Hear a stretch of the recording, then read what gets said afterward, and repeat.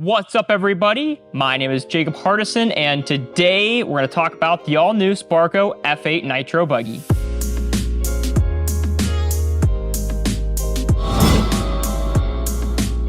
Welcome back, everybody, to, of course, the lovely Adrenaline RC YouTube channel, where today I'm going to talk about the all-new Sparko F8 Nitro Buggy. Now, the Sparko Buggy itself has been out for a little bit now, but when it comes to the US market end of things, it is pretty fresh on the US soil. So today I have my lovely new toy in front of me, and I'm going to give my initial impressions on it.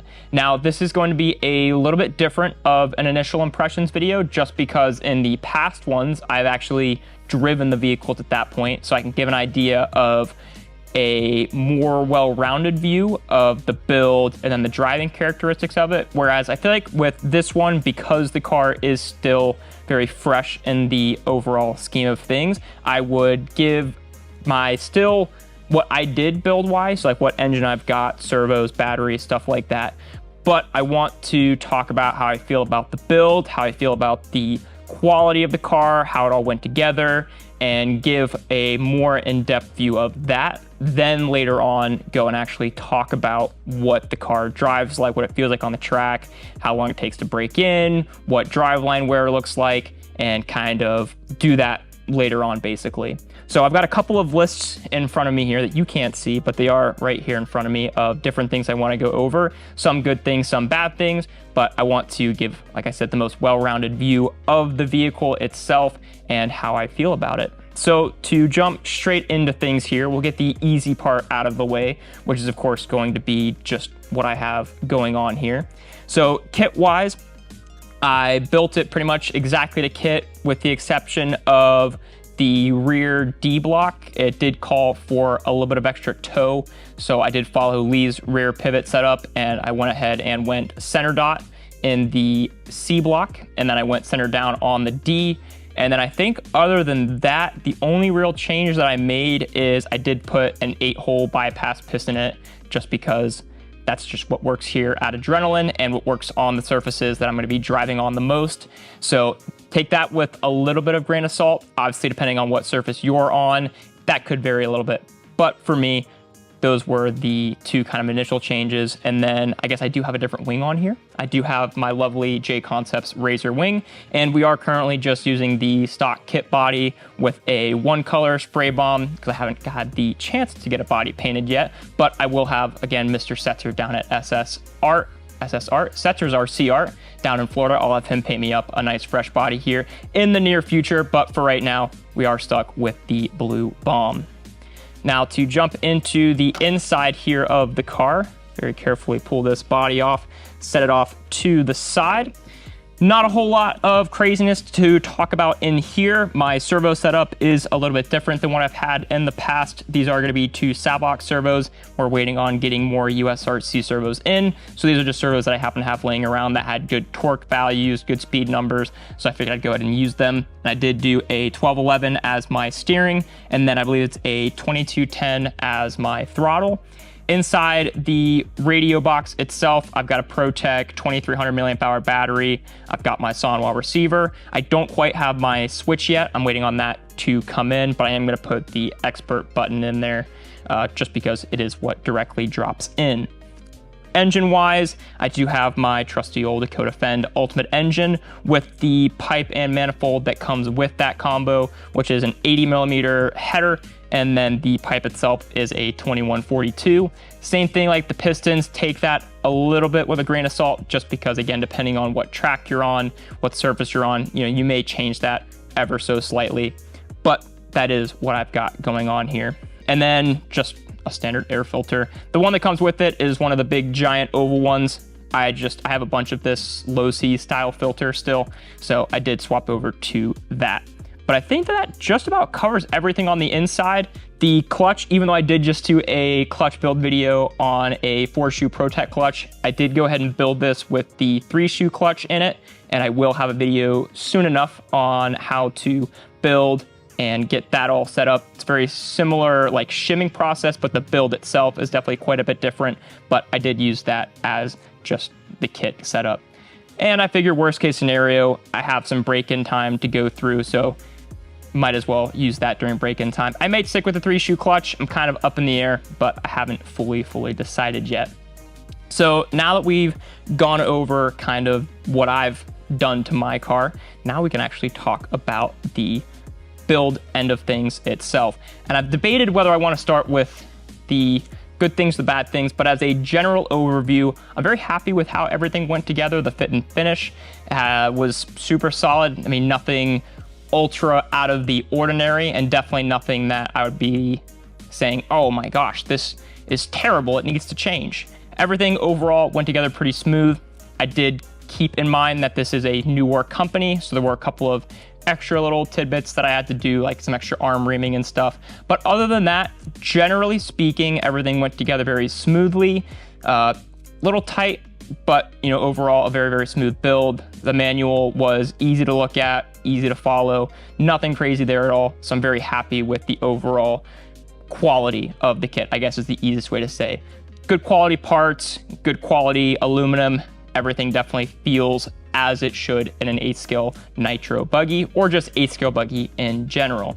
So I think what I'll go ahead and do is I'll go ahead and start out with all of the things that I like about the car, and then the things that I think maybe could be touched on a little bit in the future. Again, keeping in mind that this is basically Sparko's first go at building a buggy. So take a little bit, again, as I've said a couple times before, a little bit of grain of salt. Over time, as they've been around for many years, I'm sure that these things will clear up. This is just kind of things that I found on the upfront end of things. So I haven't decided also what editing I'm gonna do. So I'm either gonna have lots of cuts here while I look down at my sheet, or you're just gonna have to look at me looking down at my sheet a bazillion times. So to start out here on the kind of initial good things, I do like, specifically, especially with the Nitro buggy end of things, is that it does have a larger center diff cup compared to the front or the rear. The center diff, of course, as we know, is what is going to take the kind of brunt of the force. And then, of course, especially with Nitro, you've got this very hot engine directly next to it. So having that little bit of extra fluid capacity can then make it to where it's a little bit more consistent, especially on those longer runs. Short runs, 5-6 minutes, you probably won't notice as big of a difference, but definitely longer runs when things are getting really hot, really used, really worn in, that extra capacity will help to keep everything at a slightly more optimal temperature without having overheating or without having any extra slippage. So that is the first thing on my good list. The next thing I want to talk about is going to be the shock caps themselves. Some companies do very much so dictate, oh, we're either doing bladder or we're doing the emulsion or bleeder style, whatever the one with the screw on the top is. But nonetheless, they do come with caps that'll do both the bladder style and then also that screw bleeder emulsion style. So that is very nice that it comes with both of those. Now they don't include an emulsion seal out of the package, so you do have to cut the bladders if you want to run that style. But it is nice that a relatively expensive piece, if you wanted to swap over, is just in the box from the factory.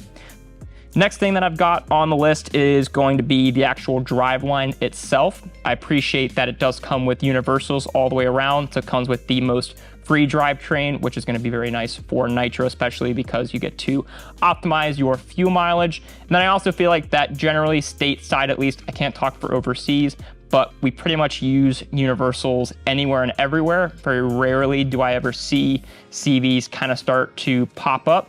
There are situations, of course, when they can be used, but it is very much appreciated that, again, another very expensive piece that would be a swap over if it had CVs is already in the box. So you get those universals, and like I was saying before, the metal on them definitely feels pretty high quality. I haven't driven it yet, but from my just kind of going through building and filling everything, very happy with the universals that it comes with. Next thing is going to be on the front end of the vehicle is that it does come with metal caster blocks. Caster blocks on some cars, like the TLR, for example, they come with plastic blocks. There are some cars like the Techno, for example, that come with metal blocks, and I do very much appreciate that this has not only the metal caster block, but also the metal knuckle. That way, again, another very, very big ticket item that would be a first upgrade for me is just in there out of the box. Just like the Driveline, the aluminum, the material that they use feels really good. The way that they kind of chamfer all the edges, everything looks very clean. It's a very, very good, strong look straight out of the box. Next thing is going to be the rear end of the vehicle, which is going to be the adjustable hub plates. Same thing, some cars will have just a solid plastic hub, some will have the plates. These do come with a plastic lower and then a carbon fiber upper. That way, if you need to make quick changes at the track, you're not changing entire hubs out. You can just change those plates on and off. That way you can raise, lower, lengthen, or shorten. Now the plates that it comes with do have quite a few options on them, but if you wanted to have more tuning availability, you do have those plates. And then something that I did also forget about before I swapped over to the plates is to go along with the metal caster blocks and knuckles, it does come with a metal servo saver out of the box. That is one that I definitely don't see many cars come with, and I think with an A-scale car is a very, very important piece to have. So I do appreciate that it has that metal servo saver straight out of the box. Then my final thing for my good side of just kind of very upfront, easy things to see that are nice and good is the radio box. There is so much room for activities inside the box, the way they route the wires, everything fits in there so much nicer than a lot of other cars. There's so many other brands that will give you a car and just make you pack everything into this teeny tight little space, which is doable, but it's such a pain and it's hard to get everything in there nice and neat, especially with the amount of wiring that goes into a Nitro car. You know, you've got your button, you've got your battery, you've got your servos, you've got your transponder. I don't think there's really anything else to hook into it, but nonetheless, even on that, assuming that you're not going to add other things to it, that's a lot of wires to pack into a relatively small space in the overall scheme of things. So I very, very much appreciate that they give tons and tons of room to fit everything in without any trouble whatsoever. So that runs through my kind of initial list of pluses that I'm very, very happy to see out of the box, and to kind of go over all of the little goodies that you get tuning wise, and then also just kind of initial upgrade wise. Now to swap over to the things that I am not as much a fan on, and this is stuff that is pretty easy to kind of navigate, especially as you go into, you know, if they go into a generation 2 of this. And the first thing is going to be just kind of the order of operations of things. So for example, when you're building the front end, they have you build the steering rack outside of the car, which obviously generally you build the steering rack outside of the car, but the steering posts and everything get mounted to the front clip before you actually get the chance to put it on the car. So it's a little funky to try and make sure, because those steering posts key into the chassis, it's a little funky to make sure that they are properly lined up.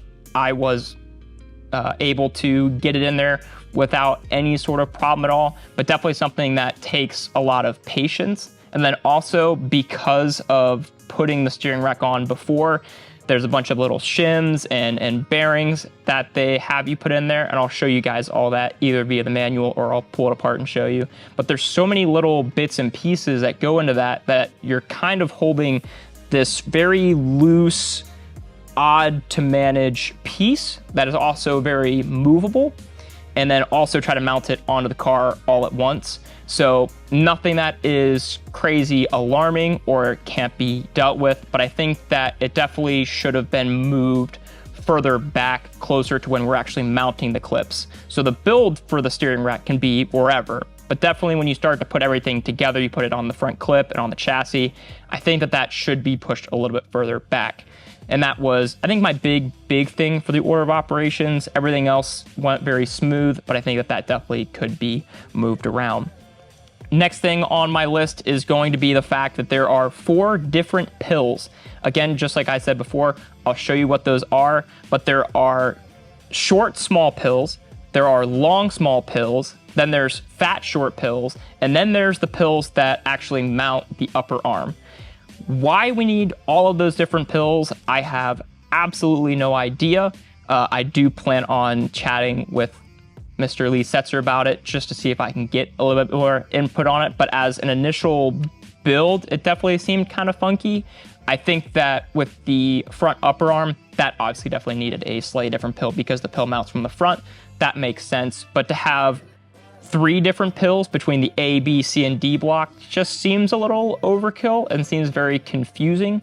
It definitely would be a lot more easy and a lot more straightforward to just have those all be the exact same. That way there's just some consistency. You can have one set of pills that will take care of the entire car.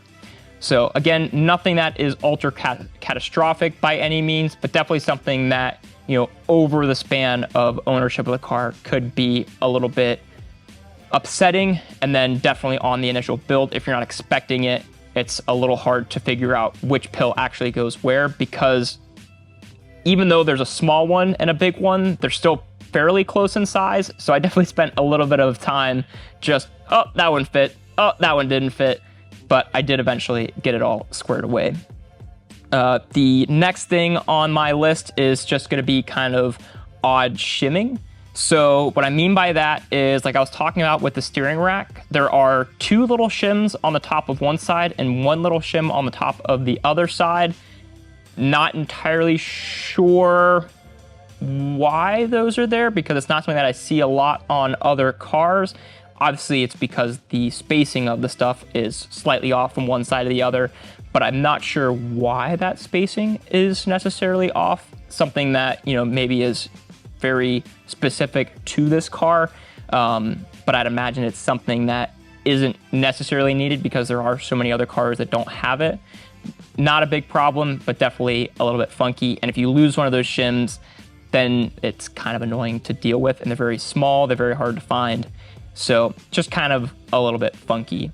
The other odd part with the shims is they're just a little bit tight on some like the plastic shims end of things. In the front knuckle itself, they give you 2 plastic shims as well as top hat washers. The shims, of course, will adjust the height of that knuckle. I think for that, maybe eliminate the shims altogether and then just have 2 different offset caster bushings, very similar to what's on like 10 scale cars or like the TLR Nitro car, for example. They give just kind of solid pieces. That way you're not trying to load everything in with shims that like to fall everywhere. In this case, on the initial build, they are fairly tight, so I don't have to worry about that, but I imagine over time they'll start loosening up. So when you go to make those tuning adjustments, I can definitely see it being very annoying because you're trying to key 2 things in from the top, slide 1 thing into the middle without having everything move around. So I think definitely those caster hat bushings, maybe swap those to aluminum and then just have a 1 mil offset and a 2 mil offset. That way you can adjust accordingly that way. Just a little bit more easy to work with, I think. And then the final odd shimming that I had was just there's actual shims that sit behind the wheel hex. Same thing, it's something that I've never seen on another car before. Over time, as I chat again with Lee, I'll get a better understanding of maybe if there is a specific reason for that, but I feel like that it should be able to be built from the factory without having the extra odd shims in the steering rack and behind the hexes. But I will update with a second further video when we actually do a driving review on this after I get a better understanding of maybe a specific reason as to why those are there. The next thing on the list is going to be the upper arms. This is a very, very neat design, something that I have never seen before, a caster block setup with also the upper arm. I think from a tuning standpoint, it's very cool to be able to do both the upper arm and the link depending on what surface you're on. I think definitely on a larger sweeping track, do the upper arm, maybe we'll numb out the steering a little bit more, make things a little bit smoother, whereas tight indoor tracks, swap over to the link. So that's a very, very cool thing. The thing that puts it on the interesting list that I've got here is just the fact that it builds very odd, and I don't know the greatest way to actually adjust the camber. So I'll show an up close on this, but it's effectively a 3-piece design. You have the arm, a double-sided bolt, and then a rod end. and then there's little markings on the rod end after you start threading it in. And then those markings is what sets your overall length. Now, what I believe happens with this is you adjust your front camber using a 2mm like Allen L wrench, because there's a little head that peeks through on the inside of it, and I imagine that that's how you'll shorten and lengthen it. But it's a very interesting design. It's a very neat design, something that I'm interested to play around with, but definitely kind of different from the status quo, and it's going to be a little bit funky to actually do adjusting on it. So nothing that's necessarily a problem or anything, but just a very interesting thing. I'm very, very interested to proceed with driving the car and seeing what everything does when it comes to that upper arm. Next thing on the list is going to be the A-block mounting. The mounting itself doesn't have any problems, but to go kind of to what I said much earlier on in the video, the car is built very tight from the factory, and the A-block, you actually can't mount it all the way tight. If you do, then you put a bind on the lower arm, things don't move free. So your two solutions there are to A, back the screws off, quarter turn, half turn, full turn, whatever it ends up being, because obviously each kit will be slightly different. That'll free it up, or you could always actually Dremel the arm itself, shallow it up, something that, you know, just I think in the next kit we'll see an update for, but something to look out for if you do build this just straight out of the box as the original F8. To go with that, just everything being tight. I've talked about that a little bit as we've gone through the build, so I'm not going to really touch on that any further because we've already talked about it. The rear links, those do build very tight. I don't know if the link itself is going to be a bit on the long side. It seemed like everything built nice and free as I was putting the initial together, threw it on the car, and then when I actually got to the point to set it as, you know, a -1 or -2, it was actually twisting the entire arm. I believe that it is just, the plastic is just fairly tight at the very, very end, but something again that I will update over time. I don't think we're gonna have any problems. It does seem like I'm able to achieve the camber that I am looking for. And they do also include, if you wanna run a shorter link, they include a different plastic rod end. That way, again, you don't run into that kind of too long issue at all. But other than that, it just seemed like that maybe we were kind of at the end of the opportunity before it actually started budging through the rod ends. But I will continue to update with that in the future. The differentials, the way the cases are set up, they are not a traditional quick access diff. It's nothing that is super long to get to compared to a quick access diff, but you do have a couple extra screws to take out. But what I do appreciate about the way these diffs build is I felt like it was a lot easier to actually shim where the diff itself sits in the case. I didn't have as much issue with trying to close everything together and then the shims trying to bend. I think pretty much the very, very first time that I tried to close everything up with the proper shimming that I was going for, it all closed together very well. But I would like to see a potential prototype or potential in the future for a quick access diff, just so that way if you are in a bit of a tight spot time-wise, you know, let's say you're racing a 20-minute B main and then the half-hour A main is 3-4 races away, you know, the quick access diff would be nice to be able to get to those just a little bit quicker. That way you can refresh everything. General maintenance wise, no problem at all. You know, obviously you're not needing to do anything ultra quick, but just something to look out for. And I think that the ease of shimming kind of makes up for that a little bit. That is definitely one thing that I do very, very much appreciate with the car. The next thing is probably a little bit more on the minor side, if I'm being honest, definitely a little bit more nitpicky. And that is going to be, it would be nice if instead of just showing the rubber grommets for the radio box in the manual, that they actually just included them. I find it very hard to believe that that's a very expensive part. And I think that to make that as an aftermarket option is kind of annoying because, again, I wouldn't imagine it would take more than 15 cents to make the thing. So it would be cool to just see some rubber grommets inside the box. That way you don't get a ton of dirt thrown into your radio box and it gets all gross. Obviously, with off-road racing, dirt is going to get anywhere and everywhere that it can potentially get to, but it is nice to be able to at least try to seal it up as much as possible. So I'd like to see that come in the box in a future either revision or as a future updated kit. I think the final thing really on my kind of gripes list was just the fuel tank itself. I'd like to see to be able to replace fuel line on the front side of it. I feel like that if the fuel line goes bad or if anything happens, then you're kind of just pushed into having to buy an entire new tank, which isn't a problem at all. You know, you probably aren't going to have to do it a crazy amount of time, but I'm definitely the kind of person that anytime I go into an A main or just a main in general with Nitro, replacing both the fuel line and the pressure line is one of the things that's right at the front of my mind. And you can't really do that very easily without doing a lot of disassembly. And I feel like that there's a lot more risk for it not resealing the proper way. So it would be nice to see a little nipple just pop out of the fuel tank to be able to do that fuel line a little bit easier. So that rounds out all of my pretty much just build stuff. I know that it's a lot of, I guess, small complaints, nothing that is ultra major at all. I definitely had quite the list of both pluses and drawbacks, little gripes. But like I said early on in the video, something to definitely take a little bit with that grain of salt, being that it is such a new car, such a new company. They've got so much growing to do in comparison to companies like Low Seer Team Associated that of course have been established for years and years now. So I think that they're starting off really well on a great positive note here. This is from a build point of view. I'm very happy with it. I look forward to getting on the track. I think it's going to drive very well.